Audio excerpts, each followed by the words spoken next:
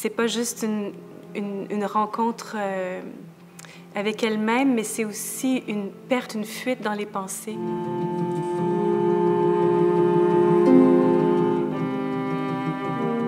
C'était presque plus un mouvement continu, qui n'est pas tant celui des vagues, mais celui de la déambulation, de la marche, de la promenade. Comme si le fait de penser était aussi une forme de promenade, ou à l'inverse, quand on marche, les pensées sont libres aussi.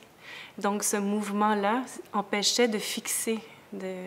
C'est pas un personnage, une statue qui parle, mais plus que ça, c'est pas juste une rencontre avec elle-même, mais c'est aussi une perte, une fuite dans les pensées qui sont libres et qui s'expriment au fur et à mesure de cette marche. Donc, j'ai donc envisagé de faire un plan séquence, mais qui serait comme un faux plan séquence, dans lequel plusieurs temporalités de la journée sont dans la même marche.